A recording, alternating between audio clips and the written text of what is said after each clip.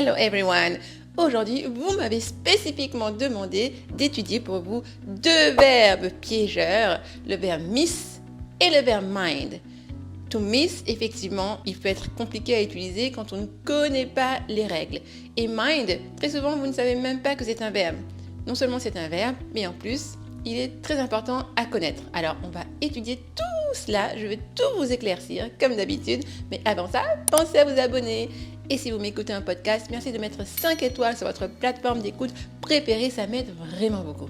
Commençons donc par le verbe to miss. Il y a beaucoup de choses à dire sur les deux verbes, donc si le cours est trop long, j'étudierai le second verbe la semaine prochaine. Déjà, le verbe to miss. Effectivement, il peut être utilisé de 3 façons. Retenez ça, 3 façons d'utiliser miss. Donc 3 structures. On va commencer de la plus simple à la plus corsée. Mais vous me connaissez, je vais tout simplifier et même la plus corsée vous semblera très simple à utiliser. La première, c'est quand on utilise to miss dans le sens de rater. Rater, manquer, louper. Par exemple, j'ai raté mon train. Là, le verbe va s'utiliser exactement avec la même structure qu'en français.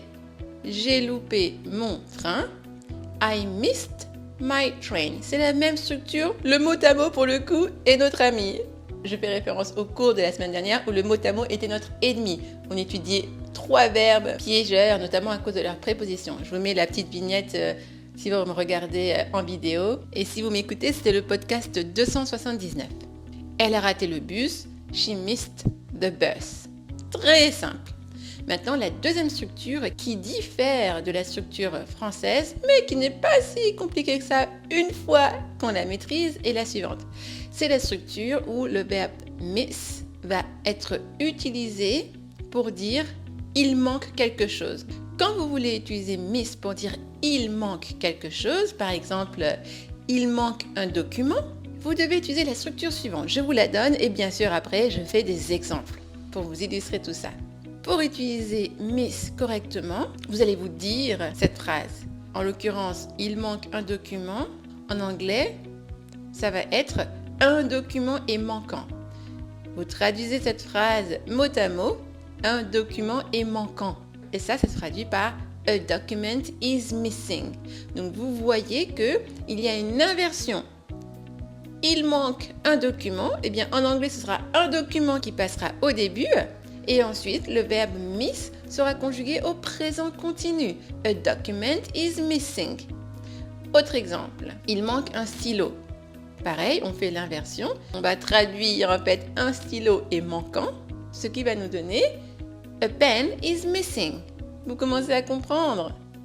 Un autre exemple, et attention, là l'exemple sera au pluriel. Vous me voyez venir. On conjugue le verbe miss au présent continu, comme je vous l'ai dit. Donc, si l'on parle de quelque chose de pluriel, eh bien, il faudra aussi accorder. Donc, par exemple, si je veux dire « il manque 3 livres », contrairement au français où c'est une structure figée, « il manque » ne change jamais, en anglais, ça va varier et ça va s'accorder. Donc, il manque 3 livres, on va dire « 3 books are missing ». Vous voyez, « are » puisqu'on parle de 3 livres, c'est donc du pluriel. 3 books are missing. Est-ce que c'est clair? Dites-le moi en commentaire. Maintenant, passons à la 3e et dernière structure qui est la plus complexe. Mais comme je vous l'ai dit, je vais tout simplifier et vous pourrez l'utiliser simplement. Cette 3e structure, c'est quand on veut dire que quelqu'un nous manque. Quelqu'un ou quelque chose nous manque. Le fameux « tu me manques ». Tu me manque.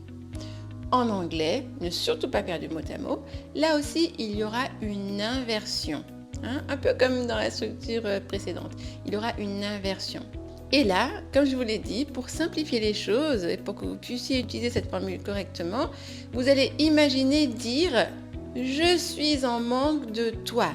Ça, c'est vraiment l'astuce essentielle pour pouvoir traduire facilement. Tu me manques, en anglais, vous allez traduire ça par « je suis en manque de toi ». Je, ça se dit I. Suis en manque, eh bien, c'est le verbe miss. De toi, c'est you. Et donc, je suis en manque de toi. Tu me manques, va se traduire par I miss you. Vous voyez? D'autres exemples pour que ce soit encore plus clair. Elle me manque. Ma petite nièce, par exemple. Elle me manque. On va traduire ça par je suis en manque d'elle. Et donc, I miss her. Elle se disant her, puisque là, il s'agit bien sûr du pronom complément et non pas du pronom sujet. Pour dire elle, le pronom sujet, c'est she, mais là, il s'agit du pronom complément, donc her. Vous voyez le même exemple au passé, au prétérit. Elle m'a manqué. Pareil, vous allez dire j'ai été en manque d'elle, donc I missed her.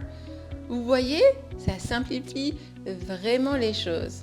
Allez, un exemple au pluriel. Il nous manque. Il au pluriel nous manque.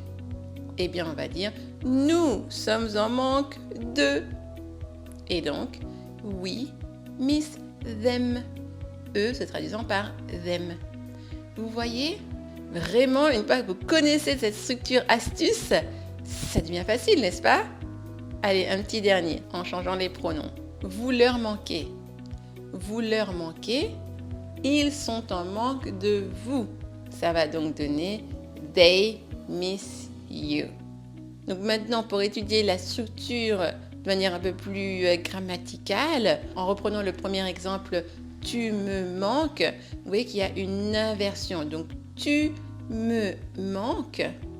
Il y a une inversion entre les pronoms.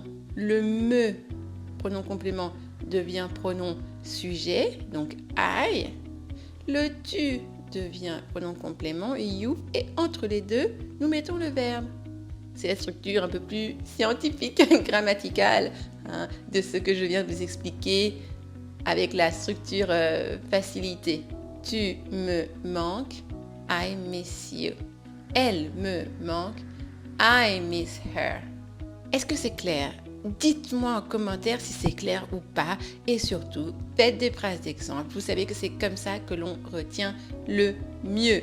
Je vous attends en commentaire. Vous savez que je suis là pour vous les corriger. Et bien sûr, ne partez pas sans vous abonner si ce n'est pas encore fait. Et puis, pensez à liker et à partager pour aider encore plus de monde en anglais.